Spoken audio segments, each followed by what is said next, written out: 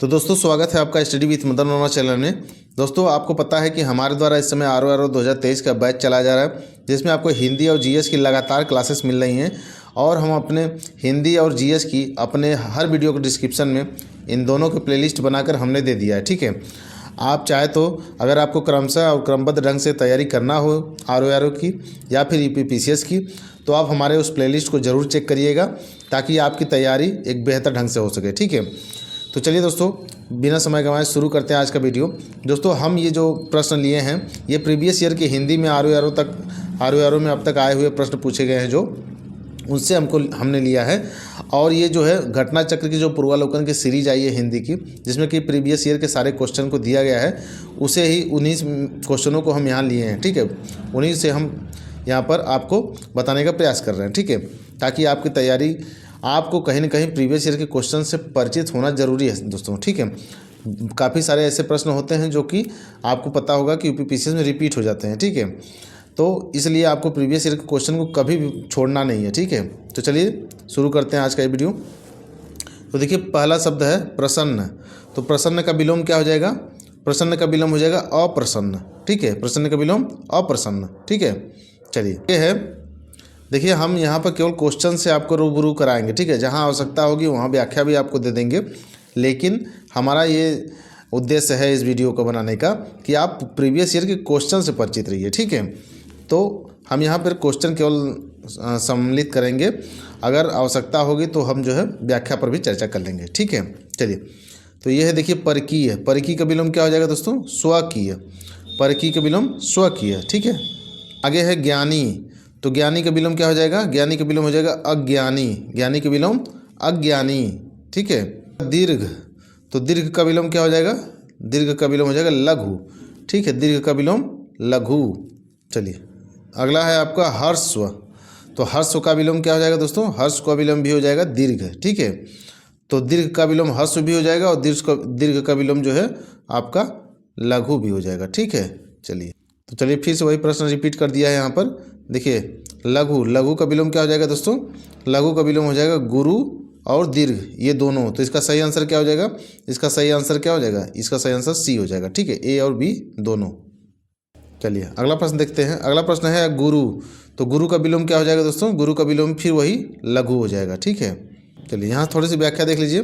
तो गुरु का विलोम हो जाएगा लघु और शिष्य का विलोम क्या हो सकता है? तो इसका विलोम शिष्य भी हो सकता है। ठीक है, तो गुरु का विलोम शिष्य भी हो जाएगा। ठीक है, और लघु भी हो जाएगा, और महान का विलोम तुच्छ हो जाता है। ठीक है, चलिए आगे है नीति। तो नीति का विलोम क्या हो जाएगा दोस्तों? नीति का विलोम हो जाएगा अनीति। ठीक है, नीति का विलोम अनीति। ठीक है, आगे है आपका शोक। तो शोक का विलोम क्या हो जाएगा? शोक का विलोम हो जाएगा हर्ष। ठीक है, शोक मतलब दुख होता है, तो ये शोक का विलोम क्या हो जाएगा? हर्ष। ठीक है, चलिए है विघ्न। तो विघ्न का विलोम क्या हो जाएगा? निर्विघ्न। विघ्न का विलोम निर्विघ्न। ठीक है, परिचित।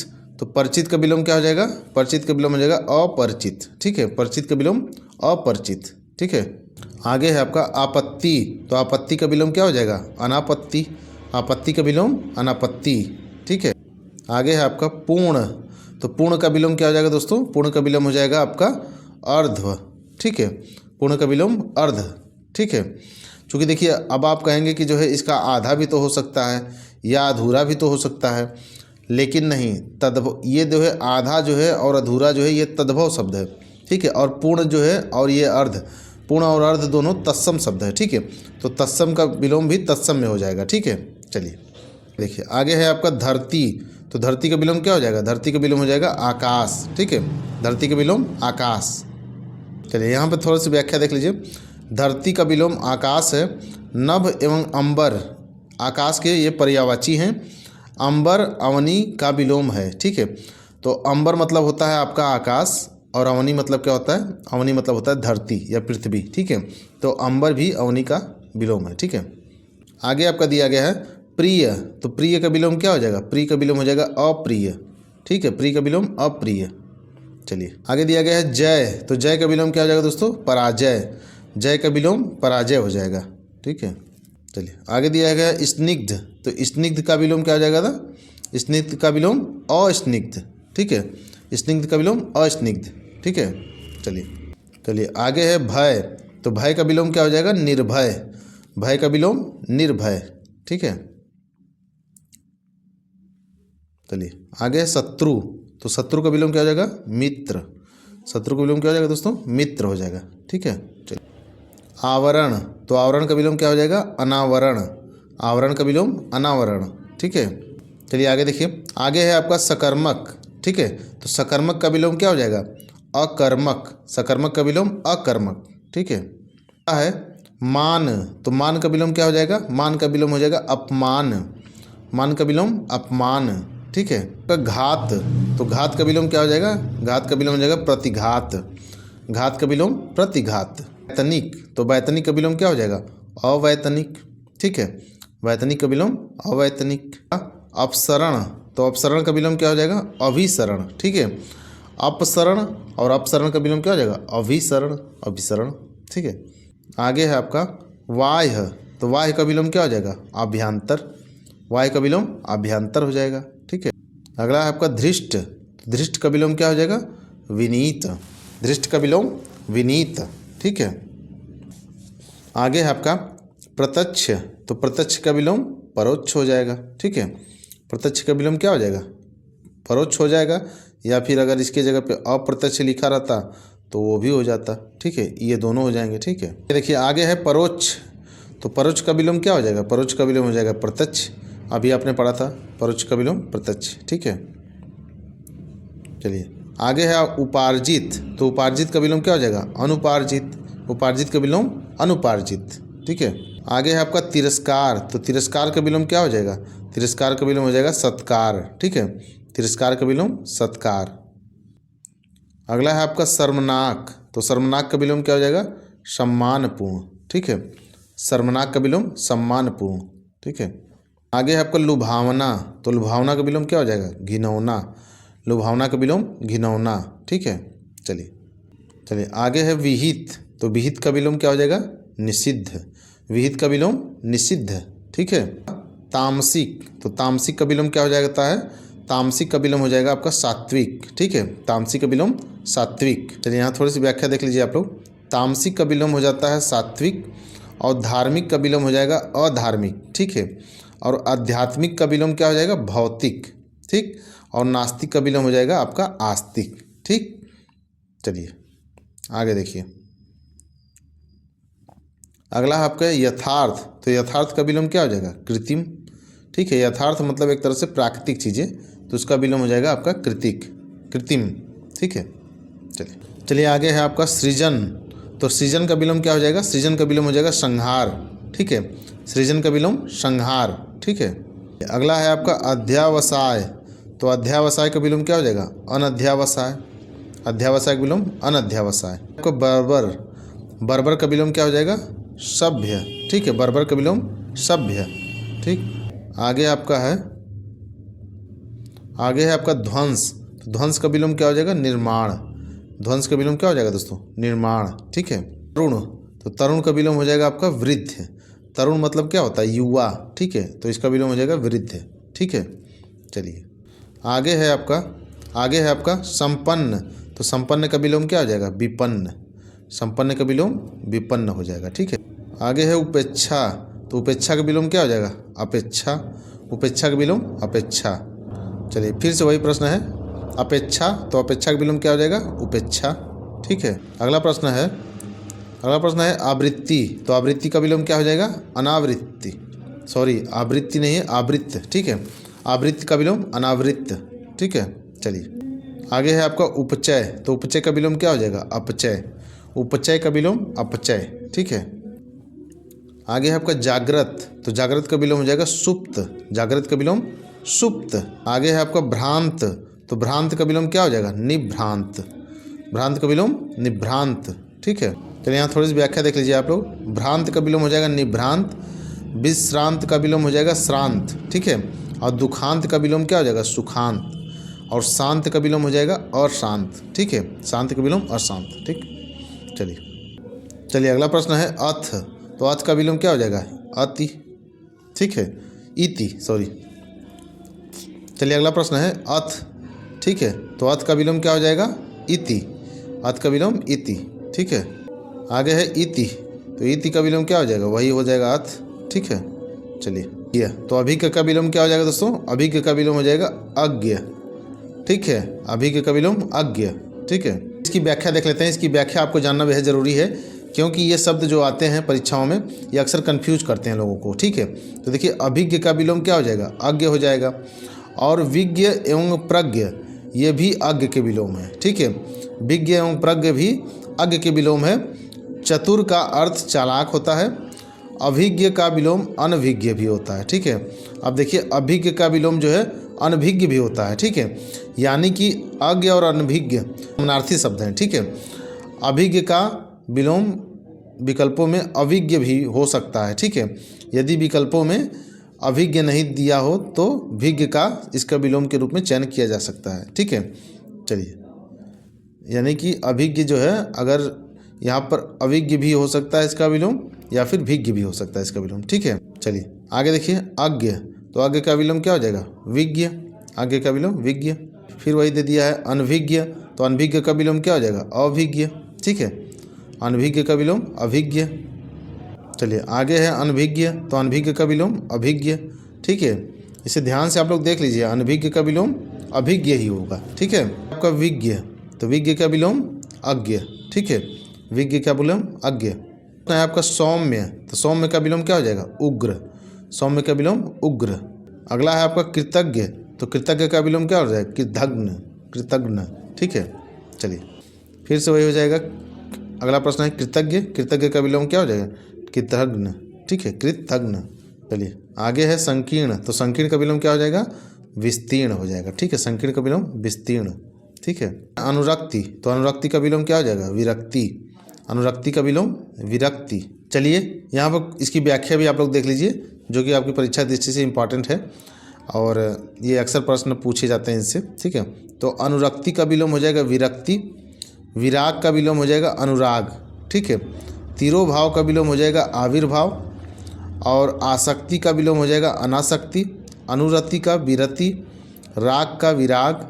राग का द्वेष। ठीक है, तो ये इसके विलोम है। ठीक है, चलिए